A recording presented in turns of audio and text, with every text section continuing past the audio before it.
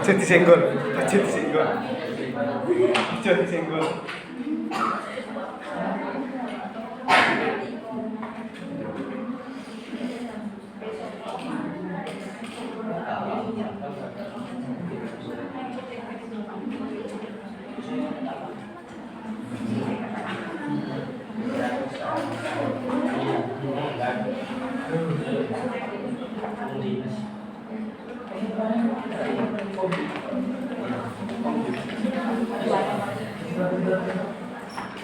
Gara-gara naik.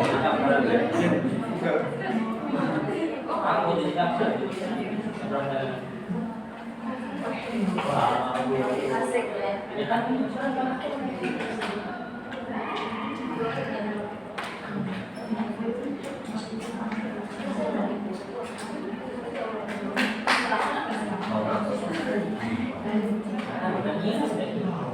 Sebelumnya, Assalamualaikum warahmatullahi wabarakatuh. Waalaikumsalam warahmatullahi wabarakatuh. Yang terhormat, dosen pembimbing seminar siswanya yaitu Ibu Dr. Nihaya serta para peserta yang berbahagia. Sebelum mengawali seminar pada kali ini, kita membacakan ini. Sebelumnya, perkenalkan nama saya Suryati sebagai moderator yang akan memandu jalannya seminar pada kali ini. Sebelum memulai seminar kali ini, marilah kita membaca doa. Berdoa mulai.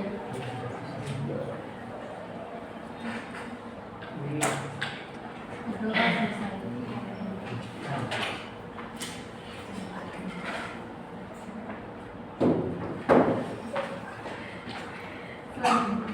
Selanjutnya langsung saja kepada presentator yaitu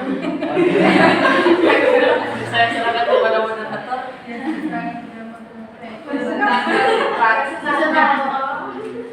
Selanjutnya saya serahkan yaitu Mbak Rizka dengan Moderatornya siapa dah?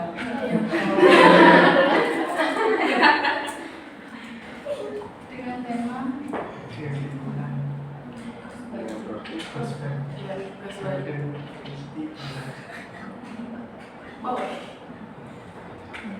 dipersilakan.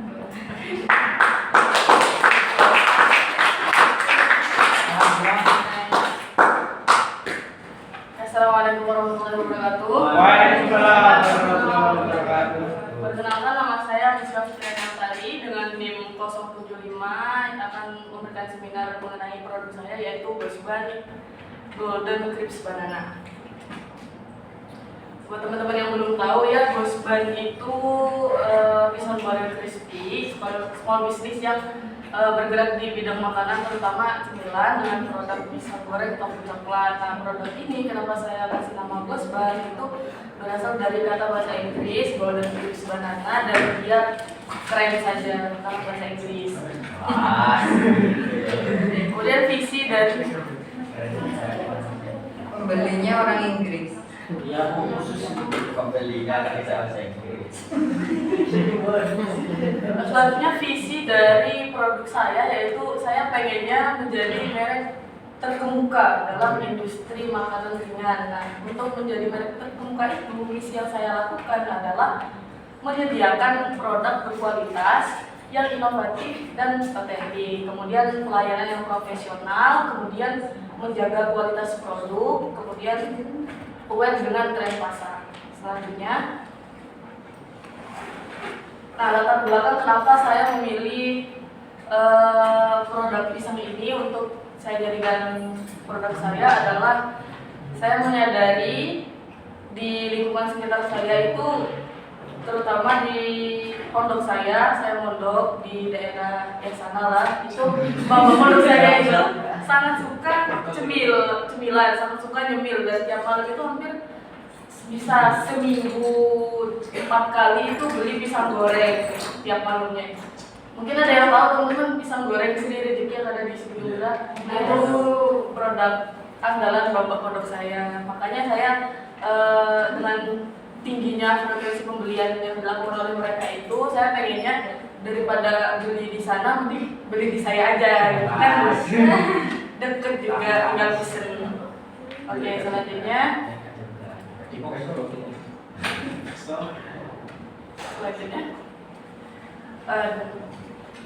selanjutnya itu adalah analisis SWOT dari produk saya. Bisa dilihat kekuatan dari produk saya itu ada biaya operasional yang rendah. Kenapa bisa rendah? Karena saya sistemnya pre-order dan tidak ada toko secara langsung ya, makanya bisa rendah. Kemudian minim pemborosan barang, karena saya membeli bahan itu sesuai dengan jumlah pesanan. Nah, kemudian target pasar saya itu jelas karena itu tadi lingkungan di sekitar saya dan juga teman-teman saya yang suka jajan. Nah, kemudian ada fleksibilitas waktu produksi karena biasanya saya itu menentukan waktu untuk menjual produknya. Misal saya open order di tanggal 1, nanti produknya itu ready di tanggal 4 misalnya, atau tanggal 2 atau tanggal 3. Jadi fleksibel. Kemudian dari kelemahan produk saya itu tidak ada interaksi langsung dengan pembelinya. Jadi cuma antar jemput atau jemput delivery, dan juga chat via chat untuk pembeli itu memesan, sehingga pembeli itu tidak bisa langsung. Kalau ada toko langsung kan, misal saya ada toko langsung di Sigura-gura, lagi motoran lewat Sigura-gura itu, oh ada pisang goreng baru, beli gitu kan nggak bisa. Nah, selanjutnya itu ada keterbatasan skala. Bisnis pre-order itu biasanya memiliki kapasitas produksi yang terbatas, juga tergantung pada manajemen waktu pemasaran. Nah, selain itu produk saya itu ketergantungan pada promosi digital karena tidak ada toko offline-nya, jadi hanya fokus pada promosi digital, maka dari itu sangat-sangat ketergantungan. Dan juga waktu tunggu bagi pelanggan, misal teman-teman mau beli produk saya itu nggak bisa langsung ada gitu, jadi harus pesan dulu. Nah, selanjutnya itu dari opportunity di produk saya itu karena ada meningkatnya tren belanja online dan pre-order. Kemudian juga ada peluang collab dengan event khusus, misal kalau di kampus teman-teman ada kepanitiaan gitu, bisa ditawarin ke kepanitiaan itu tadi, kita jadi vendor buat konsumsinya. Juga luasnya jangkauan pengiriman, karena sekarang kan banyak ada GrabFood, ada ShopeeFood, ada GoFood, itu bisa kita jadikan ladang juga. Kemudian terdapat pengembangan menu, karena nggak mungkin dong saya jualannya cuma pisang goreng gitu aja, nanti kan dikembangkan. Nah, untuk ancaman threat dari luarnya itu persaingan yang ketat, ya sangat-sangat ketat ya. Bisa dilihat di kelas ini saja kan hampir tiap minggu ada yang bawa pisang ya. Juga kita bersaing dengan juga ada fluktuasi harga bahan baku. Nah, khusus pisang sendiri saya itu pernah beli di daerah Candi, itu harganya pertama beli 20.000 kalau nggak salah. Nah, terus saya beli selanjutnya untuk produksi lagi, ada yang pesen itu harganya dinaikkan jadi 30.000. Entah saya ketipu atau gimana, pokoknya harganya berubah gitu di toko yang sama. Kemudian ada ketidakpastian jumlah pesanan. Nah, kadang kan misal saya open order itu tanggal 1, ready-nya tanggal 4. Nah, satu sisir pisang itu biasanya bisa jadi 12 produk, 12 box gitu. Nah, tapi berhubung pesanannya tidak selalu 12 box, jadi biasanya itu ada sisanya itu saya pakai sendiri. Kemudian ada perubahan preferensi dari pelanggan, kan pelanggan kan nggak mungkin dong tiap hari, nggak tiap minggu gitu beli pisang goreng terus, juga nggak mungkin, kecuali sudah kecanduan. Oke, lanjut.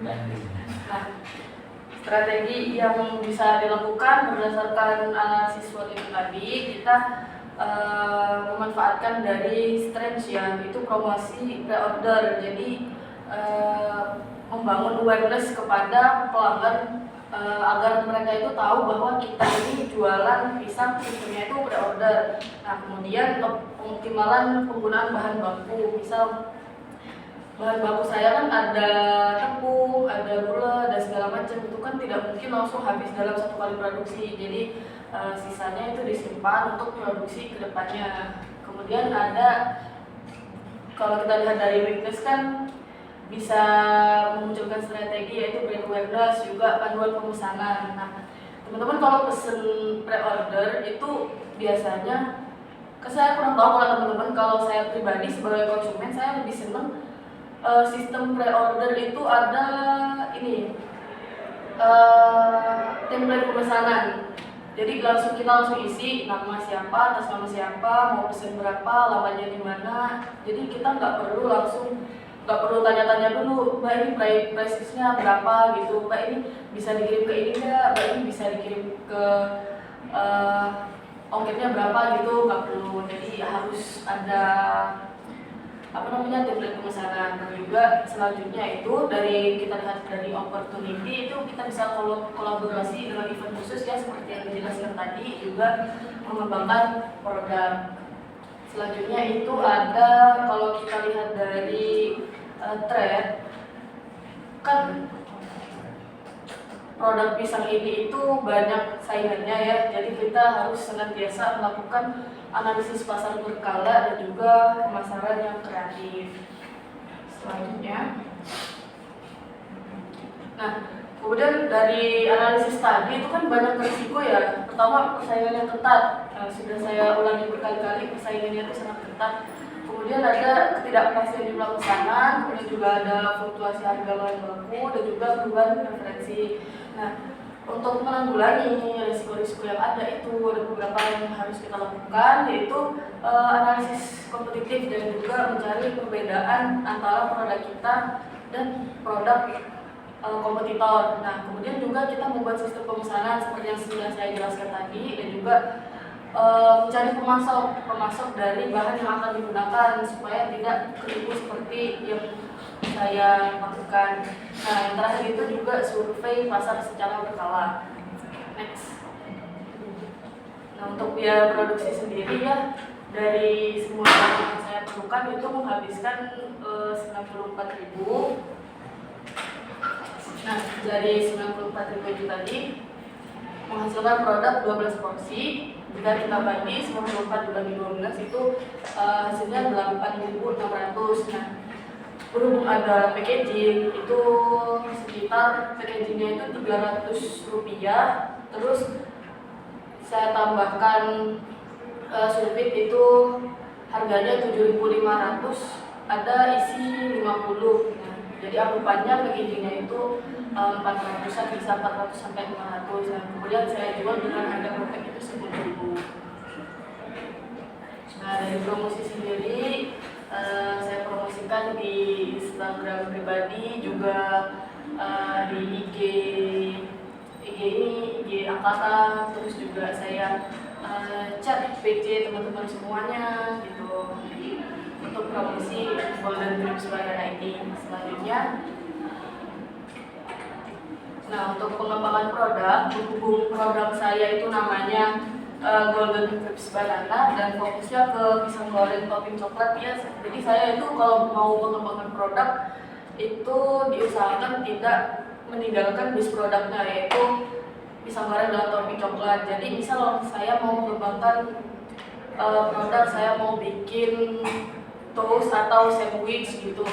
Nah, isiannya itu dari masih pisang goreng yang digoreng tipis juga dikasih topping coklat. Nah, kemudian misal bisa saya kasih pisang goreng, terus di atasnya ada es krim, nah di atasnya lagi itu masih ada saus coklatnya. Jadi saya tidak meninggalkan base produk pada pembuatan menu baru, juga mempertahankan rasa dan fokus pada promosi agar orang-orang itu semakin aware bahwa saya ini jualan produk apa gitu. selanjutnya. Nah ini juga dari customer saya ya. Saya sensor muka-mukanya soalnya mereka malu.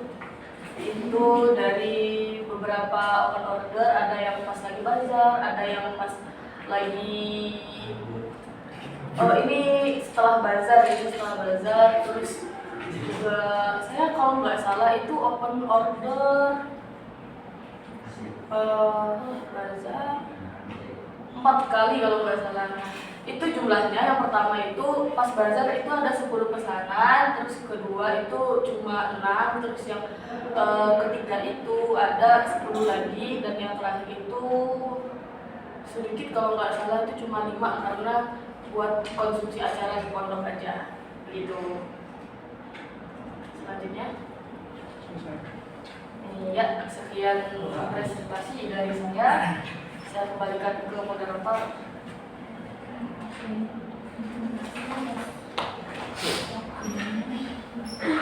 Selanjutnya sesi tanya jawab. Yang mau bertanya, sebutkan nik dan nama. Siapa dulu Mbak? 3 pertanyaan aja ya, Mbak.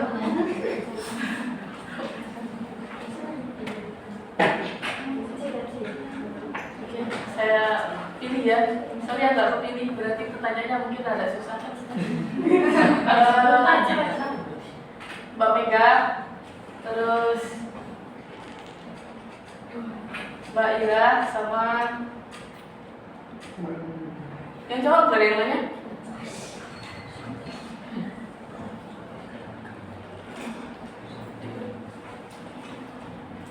Sama satu lagi teman-teman yang tanya tadi, Mbak Nadia. Semoga nggak susah ya Mbak. Aman.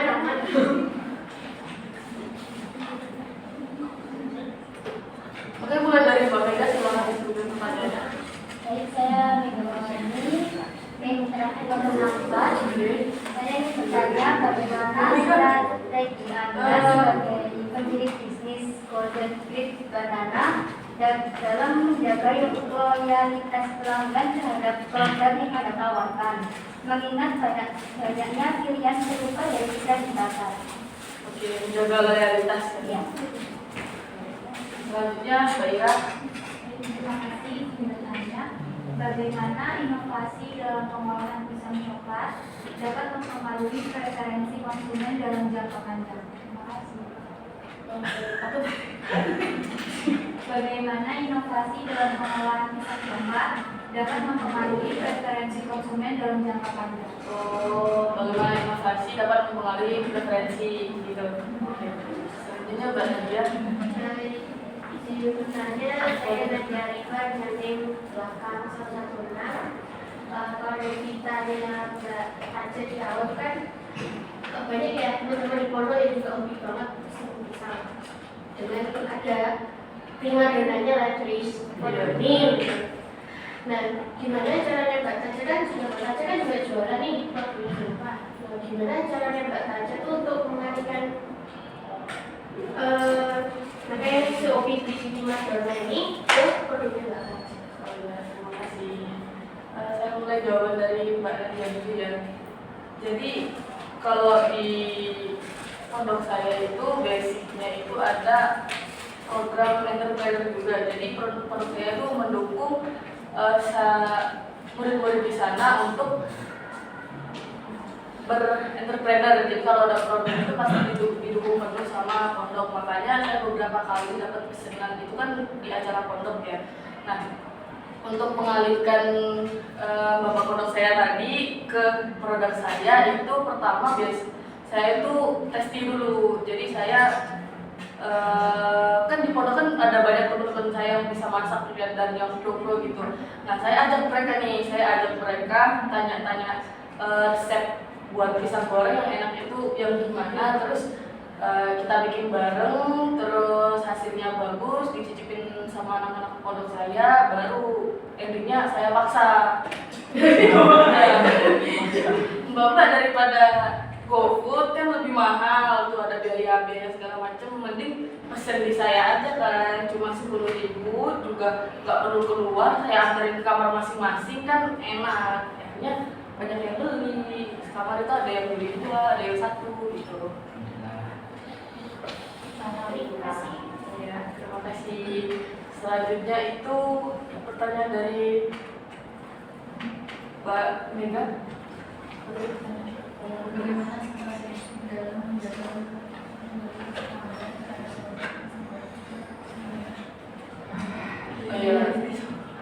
strategi menjaga loyalitas pelanggan ya Mbak Mega.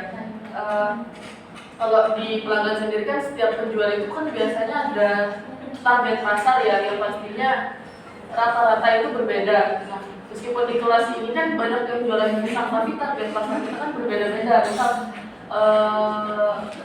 Mbak Mega jualan pisang nugget, terus target pasarnya itu tetangga-tetangga atau ibu-ibu PKK dan juga rumah warga. Nah, siapa saya, target pasarnya siapa, itu saya manfaatkan untuk menjaga loyalitas juga. Nah, kedua, hal yang paling penting menurut saya dalam menjaga loyalitas itu saya sendiri menjaga konsistensi rasa. Jadi saya usahakan di produk pertama itu bisa bikin mereka itu kaget gitu, oh ternyata saya bisa bikin pisang goreng yang lumayan enak gitu. Jadi selanjutnya mereka nggak akan ragu untuk memesan kembali begitu. Dan juga untuk mempertahankan loyalitas ini juga saya kadang berikan porsi lebih. Misal kalau ada acara di pondok saya itu kan biasanya dikasih konsumsi suguhan itu kan cuma buat guru-guru aja. Nah, biasanya kalau ada lebihan itu saya kasih ke anak-anak yang lain juga biar mereka itu mencicipi dan juga pengen beli lagi gitu. Begitu Mbak Mega. Selanjutnya pertanyaan dari Mbak Ira. bagaimana inovasi dan pengembangan pisang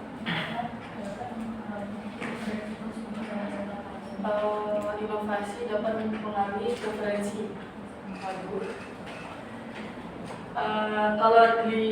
Kalau bahas tentang inovasi ya, idealnya itu sebagai penjual menurut saya itu kita survei dulu ke pelanggan kita itu misal Mbak Ira habis beli produk saya, nah saya tanya-tanya nih ke Mbak Ira itu gimana Mbak testingnya produknya itu kurangnya di mana, kalau menurut Mbak Ira itu baiknya ditambahin apa, atau kurang crispy atau kurang lembut atau apa gitu.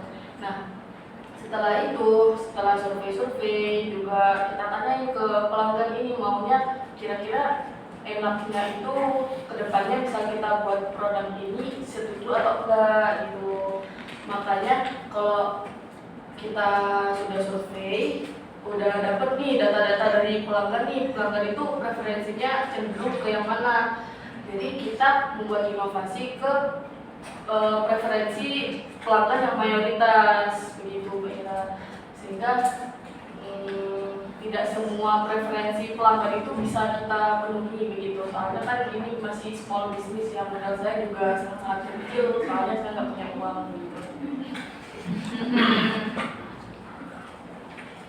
Ya benar ya. Terima kasih teman-teman. Terima kasih atas presentasinya Mbak Laci. Selanjutnya kami persilakan kepada Minaya untuk ada evaluasi. Saya cuma terbesit satu gini. Sekarang kan kamu di posisi, jadi target pasarmu kan Dewan. Dan kamu bisa dengan settingnya. Ada kok yang sebelumnya itu juga dia berhasil karena kebetulan di lingkungan yang memungkinkan dia untuk bisnis. Pertanyaan saya, misalkan ini sudah selesai, kamu dan keluarga bisa tertentu, kira-kira bisnis ini bisa dilanjutkan? Kalau menurut saya itu bisa, soalnya kalau dari segi rasa itu menurut saya pisang goreng saya itu sudah memasuki rasa yang bisa dimakan. Nah jadi iya Bu, itu enak Bu pisang gorengnya, sudah dari berbagai trial and error. Nah kemudian kalau saya keluar, misal pulang nih ke daerah saya, itu kan saya bisa menyiapkan modal yang lebih banyak untuk inovasi produk yang saya jelaskan tadi. Jadi saya bisa bikin beberapa menu, misal dari toast gitu, roti panggang, terus atasnya pisang goreng, terus dikasih saus itu kan. Nah, dan juga itu nanti saya branding lebih ke cemilan premium gitu Bu. Soalnya kalau lihat di Gen Z ini kan sekarang kan sukanya yang rada premium. Kalau pisang goreng kan cenderungnya murah gitu Bu. Jadi saya branding produk ke cemilan premium, juga saya melakukan inovasi produk, juga yang pasti mempertahankan rasa dan kalau bisa dikembangkan menjadi lebih enak lagi gitu. Bisnis ini selama kamu jalankan menguntungkan nggak? Menguntungkan sedikit Bu. Soalnya saya ngambil ininya ngambil untungnya juga sedikit 1.000 itu lumayan. Dari 10.000. Iya, dari 10.000. Jadi HPP-nya satu kotak ini 9.000. Terus fix gitu. Iya Bu. Tapi sebenarnya kalau satu Berarti gak fix. Gimana Bu? Kalau di contoh produk kan kecil Bu. Nah, produk aslinya saya itu pakai styrofoam yang buat air budak itu Bu. Nah, berhubung tadi pagi saya ke toko bahan kue itu nggak ada boxer gitu, akhirnya saya pakai yang kecil. Jadi ini bukan sesuai standar yang kamu jual. Iya, bukan. Tapi isinya sama. Isinya sama. Tidak layak makan. Jumlahnya lebih banyak lagi. Soalnya kan itu kan nggak muat Bu kalau semuanya dimasukin. 10.000 itu berapa pisang? 10.000 itu sekitar 8 pisang. 8. Jadi anggap aja satu piece-nya berapa? 1.000. 8 pisang yang sudah di slice Bu. Oh, satu pisang sudah jadi berapa? Satu pisang itu bisa jadi 3 sampai 4 slice. Jadi cuma menghabiskan 2 buah pisang. Jual 10.000.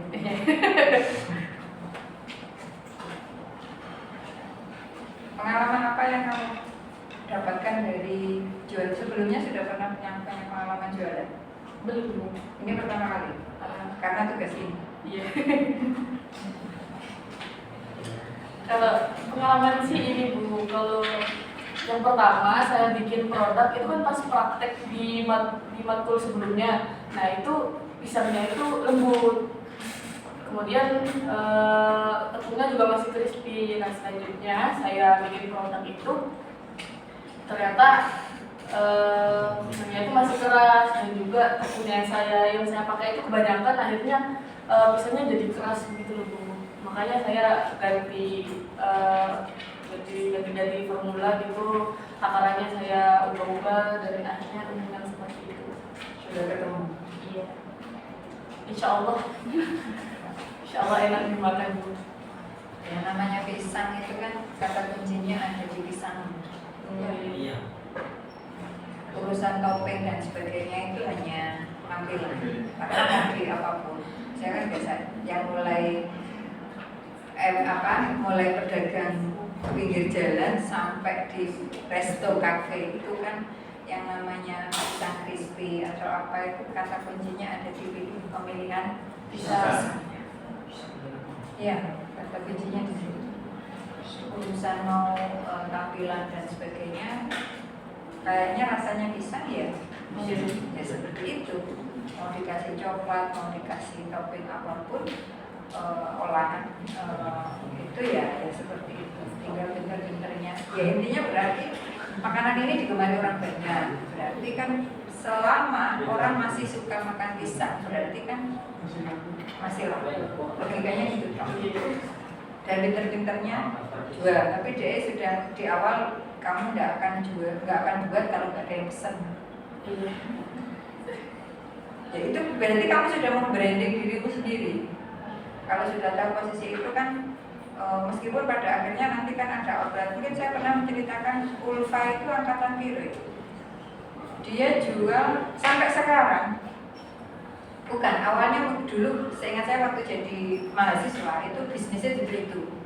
Tapi pada saat sudah berumah tangga, terus kemudian dia buka itu bawang goreng yang dengan dikasih varian topping macam-macam. Dia cuma itu tok.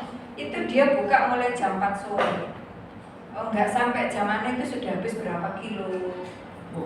Oh. Saya ngamar kan masih ngeling karena bimbingan saya, ngeling dengan saya terus.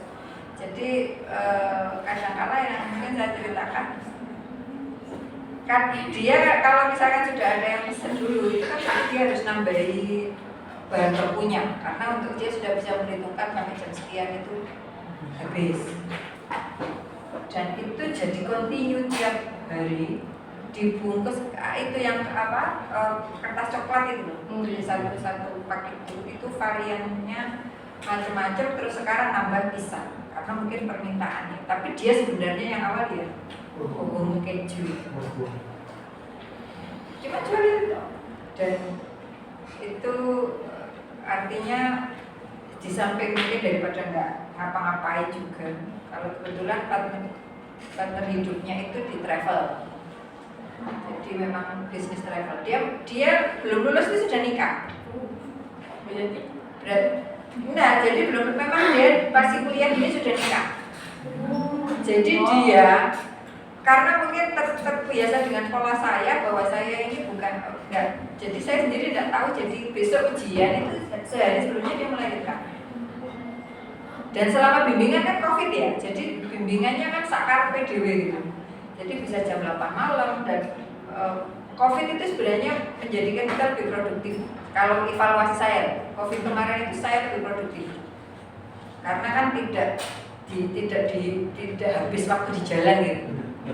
Iya, waktunya tidak habis waktu di jalan dan saya bisa bimbingan di semua itu. Jadi terus dan dia ingin membuktikan bahwa ternyata kuliah dengan berkeluarga itu bisa berjalan sama, bisa lulus tepat waktu, punya keturunan juga, dia hamil juga tidak mengganggu perkuliahannya, dan dia bukan tipe yang menye-menye gitu, rewel akan apa gitu ya, enggak ya. Saya sendiri tidak tahu, jadi malah dari temennya yang mengucapkan, jadi ujian itu laki-laki yang lain, nggak ngomong aku. Gak ngomong, padahal bimbingan dari saya kan, tapi kan sama saja ya. Misalkan saya lantak panggil jam sekian, ya siap, jempoli sudah online kan, jam berapapun sebisanya saya. Dan sekarang seperti itu, artinya kan bonus tidak ada yang tahu ya, tidak ada yang tahu. Terus akhirnya dia menemukan sendiri formula kira-kira bisnis apa yang bagi dia itu ternyata menguntungkan. Dia juga nggak ribet, pangsa pasarnya jelas, peminatnya wis akeh, tanpa dia harus kuat. Jadi sudah nggak harus pesan dulu atau apa, enggak ya, dia tiap hari sudah pokoknya nanti dia hanya ngomongkan saya akan buka jam sekian sampai jam sekian. Tapi kan kok cedek ngono pesen aku bilang gitu. Waduh, Banyuwangi. Pasti dulu waktu Banyuwangi. Jadi saya tahu, terus kalau misalkan itu dia tinggal ngomongan aja, sore ini saya ada buka. Itu jadi kadang saya lihat nggak sampai dia buka ya hanya sore gitu. Mungkin ada permintaan buka dari pagi karena saking antusiasnya tinggi, dia membatasi mungkin aktivitasnya. Itu yang memungkinkan ya dia bisa buka lapaknya itu sore sampai kan tidak ada yang tahu keuntungannya. Barangkali malah perputaran duitnya dibandingkan kamu kerja ikut orang lain lebih banyak. Ya itu kalau memang sudah ketemu harganya yang pas. Wes Mbak, silakan dibagi linknya.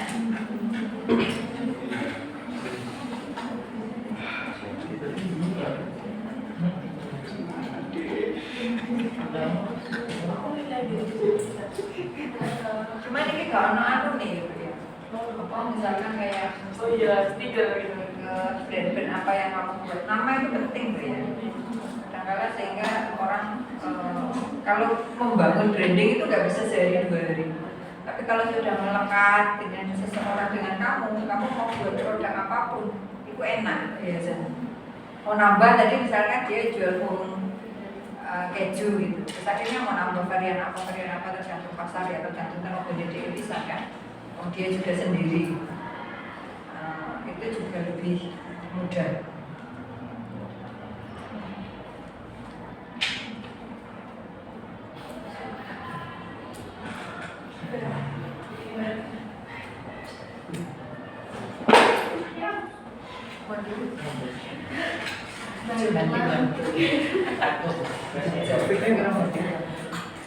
Baiklah, sebelum mengakhiri sesi seminar kali ini, saya mohon maaf apabila ada kesalahan.